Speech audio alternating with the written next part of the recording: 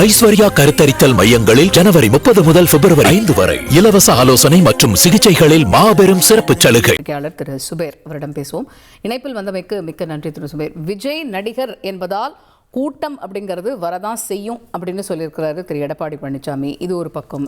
இன்னொரு பக்கம் ஓபிஎஸ்ஸை திரும்ப அதிமுகவில் இணைக்கிறது அப்படிங்கிறது சாத்தியமில்லாத ஒன்று அப்படின்னு குறிப்பிட்டிருக்கிறாரு. ஸோ இப்போ இன்னைக்கு காலையிலேருந்து நடந்துட்டு இருக்கக்கூடிய விஷயங்களில் முக்கியமான ஒரு விஷயமா இந்த இபிஎஸோட இந்த கருத்து அப்படிங்கிறது அமைஞ்சிருக்கு. உங்களுடைய முதற்கட்ட பார்வை. இல்ல, ரெண்டு விஷயத்த அவர் கிளியர் பண்ணிருக்காரு. விஜயை முதல் முறையாக அட்டாக் பண்ண ஆரம்பிச்சிருக்கிறாரு. ஓபிஎஸ்சி எந்த காலத்திலும் சேர்த்துக்கிற மாட்டேன் அப்படிங்கிறதையும் கிளியரா சொல்லிட்டார். தொடர்ந்து இபிஎஸ்சி பொறுத்த வரைக்கும் தன்னுடைய நிலைப்பாட்டில் ரொம்ப தெளிவா இருக்கிறார். என்னுடைய தலைமையில் தான் கூட்டணி, நான் தான் முதலமைச்சர் வேட்பாளர் அப்படிங்கிறத தொடர்ந்து சொல்லிட்டு இருக்காரு. ஓபிஎஸ்சி உள்ள சேர்க்க மாட்டோம் அப்படிங்கிற தெளிவா முடிவு பண்ணிட்டாரு. இந்த கரூர் சம்பவத்தில் பாஜக அதிமுகவினுடைய நிர்வாகிகள் தான் சட்டமன்றம் வரைக்கும் விஜய்க்கு ஆதரவாக நிலைப்பாட்டு எடுத்தாங்க, பேசினாங்க. ஆனா ஒரு கட்டத்திற்கு மேல கூட்டணி பேச்சுவார்த்தை அந்த மாதிரியான நிகழ்ச்சிகள் முடியாத பட்சத்துல தான் இப்ப அவங்க அட்டாக் பண்ண ஆரம்பிச்சிருக்காங்க. இதுக்கு பின்னாடி ஒரு அரசியல் இருக்கு. இன்னைக்கு அதிமுக இருக்கக்கூடிய பல முக்கிய நிர்வாகிகள் தாவேக்காவை நோக்கி போய்கிட்டு இருக்கிறாங்க. அவர் விஜய் அதிமுக அரசியலை தான் கையில் எடுக்கிறார். திமுக எதிர்ப்புங்கிறது அதிமுக அரசியல். அப்ப அதிமுக அரசியலை விஜய் கையில் எடுக்கிற போது அப்ப அதிமுகவின் வாக்குகள் இந்த பக்கம் டிரான்ஸ்பர் ஆகுதுங்கிறது இப்பதான் அவங்க லேட்டரா புரிஞ்சிருக்கிறாங்க. லேட்டரா புரிஞ்சதுனாலதான் இப்ப அட்டாக் பண்ண ஆரம்பிச்சிருக்கிறாங்க. பாத்தீங்கன்னா நம்ம செங்கோட்டையனா இருக்கட்டும், ஜேசிடி பிரபாகரன் வரிசையா சொல்லிட்டே போலாம். சில மாவட்ட செயலாளர் போயிருக்காங்க, முன்னாள் எம்எல்ஏக்கள் போயிருக்கிறாங்க. அப்படிங்கும் போது அதிமுகவினுடைய ஓட்டை தான் விஜய் டார்கெட் பண்றாரு அப்படிங்கிறது தான் அவங்களுக்கு இப்ப லேட்டா புரிஞ்சிருக்கு. அதனால இப்ப அட்டாக் பண்ண ஆரம்பிச்சிருக்காரு. சமீப காலமாக பேச ஆரம்பிச்சிருக்காங்க. இப்ப நேரடியாகவே இபிஎஸ் பேச ஆரம்பிச்சிருக்காரு. ரெண்டாவது, ஓபிஎஸ் நிலைப்பாட்டுல பொதுக்குழுவுல நாங்க முடிவு எடுத்துட்டோம், சேர்க்க முடியாதுன்னு. ஏன் அதே பொதுக்குழுவை திருப்பி கூட்டிக்கு சேர்த்துக்கலாமே. ஒரு மூத்த அதிமுகவினுடைய நிர்வாகி, முன்னாள் அமைச்சர், அவருக்கு பின்னாடி ஒரு வாக்கு வங்கி இருக்கு, சமூகம் இருக்கு, சேர்த்துக்கலாமே. சேர்க்கறதுல என்ன ஆயிரப்படுது? பொதுக்குழுல தேர்ந்தெடுக்கக்கூடிய முடிவு தானா? இந்த பொதுக்குழு நடந்ததுலேயே நிறைய குளறுபடிகள் இருக்குங்கிற குற்றச்சாட்டை வைக்கிறாங்க. பொதுக்குழு உறுப்பினர்கள் சேர்ந்து ஒரு பொதுச் செயலாளர் தேர்ந்தெடுக்க முடியாதுங்கிறது அவங்களுடைய குற்றச்சாட்டா இருக்கு. பொதுச் செயலாளரை தேர்ந்தெடுப்பது கட்சியினுடைய அடிமட்ட தொண்டர்கள் வாக்களிக்கணும் அப்படிங்கிறாங்க. அந்த பைலாவே ஒரு மாத்திட்டாருங்கிற குற்றச்சாட்டத்தை அவங்க வைக்கிறாங்க. அப்ப பொதுக்குழுவுல ஒரு கட்சியினுடைய முன்னணி நிர்வாகி நீக்கிட்டாங்க. இன்னைக்கு அவர் வர்றேங்கிறாரு. அவருக்கு எந்த டிமாண்டும் இல்லாம வர்றேங்கிறாரு. என்னைய சேர்த்துக்குங்கிறாரு. இல்ல, முதல்ல அவர் தேசிய ஜனநாயக கூட்டணியில நான் இணைகிறேன் அப்படின்னு இப்ப சொல்லியிருக்கிறாரு. ஆனா கொஞ்சம் மாசத்துக்குலாம் முன்னாடி நம்ம பாக்குறோம் தேசிய ஜனநாயக கூட்டணியில இல்ல அப்படின்னு சொல்லியிருந்தாரு. ஸோ இந்த மாதிரியான விஷயங்கள் மாறி மாறி திரு ஓ பன்னீர்செல்வம் அவர்கள்கிட்ட இருந்து வருது.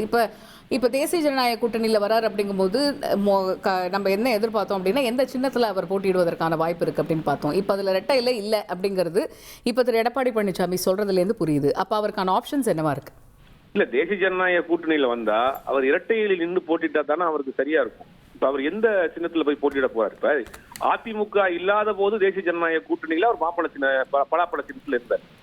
ஆனா அதிமுக இருக்கிற பொழுது அவர் இன்னொரு சின்னத்தில் போட்டிட்டா அது எப்படி சரியா வரும்? அதனாலதான் அவர் என்னைய நேர உள்ள கட்சியில் சேருங்கன்றார்.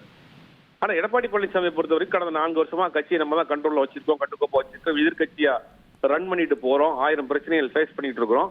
இவரே உள்ள வந்தோம்னா நம்மளுடைய இதுக்கு நேரடியான எதிரிக்கு நம்மளே கதவு திறந்து விடுற மாதிரி ஆயிருமே அப்படிங்கறதுல அவரு ரொம்ப தெளிவா இருக்கிறார். ஏன்னா டிடிவியை பத்தி பிரச்சனை இல்லை, அவர் தனி கட்சி, உரிமை கோர மாட்டாரு. இவர் உரிமை மீட்பு குழுன்னு வச்சிருக்காரு, அந்த பேரே அப்படித்தான் வச்சிருக்காரு. அப்படிங்கும் போது இவர் எந்த காரணத்துக்கு ஒன்றும் அலோ பண்ணக்கூடாது அப்படிங்கறது ரொம்ப தெளிவா இருக்கிறாரு. அவருடைய ஸ்டாண்ட்ல கரெக்டா இருக்கிறாரு. ஆனா ஓபிஎஸ்ஐ பொறுத்த வரைக்கும் என்டிஏல போய் தனியாக நிக்கிறப்ப அதிமுக இருக்கிற என்டிஏல நம்ம இருக்கக்கூடாதுன்னு நினைக்கிறாரு. அவர் என்டிஏல தான் இருந்தாரு. முதல்ல நாடாளுமன்ற தேர்தலில் என்டிஏல இருக்கிறாரு, வேறு ஒரு சின்னத்தில் நிற்கிறார், சுயேட்சை சின்னத்துல. ஆனா அதிமுக இருக்கிறப்ப நம்ம ஒரு சுயேட்சை சின்னத்தில் நிக்க கூடாது, அது நமக்கான உரிமை இழந்த மாதிரி ஆயிரும். அவரு ரொம்ப திட்டவட்டமா நான் அதிமுகக்குள்ளதான் அகாமடேட் பண்ணணும் என்னைய அப்படின்னு அழுத்த வைக்கிறாரு. இதை என்டிஏல இருக்கக்கூடிய பாஜக என்ன முடிவெடுக்க போகுதுன்னு தெரியல. பாஜக இவரை வெளியில விட்டுறக்கூடாது, ஒரு 1% 2% அவருக்கு பின்னாடி இருக்கக்கூடிய சமூக வாக்குகள் வந்துடணும்.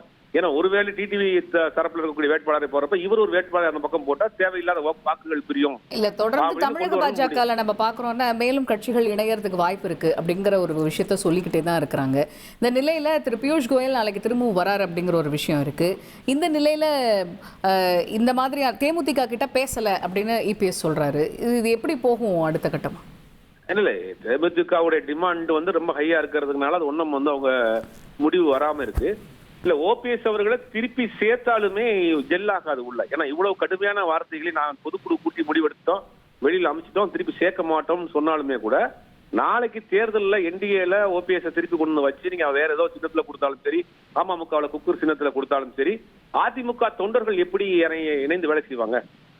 அதுவே ஒரு பெரிய சிக்கலா இருக்குமே. அப்ப எப்படிதான் நீங்க அவர் உள்ள கொண்டு வந்தாலும் இந்த நீர்பூத்த நெருப்பாக இந்த பிரச்சனை தேர்தல் முடிகிற வரைக்கும் போய்கிட்டே இருக்குங்கிற மாதிரி தான் தீராத சிக்கலா தான் இருக்குது.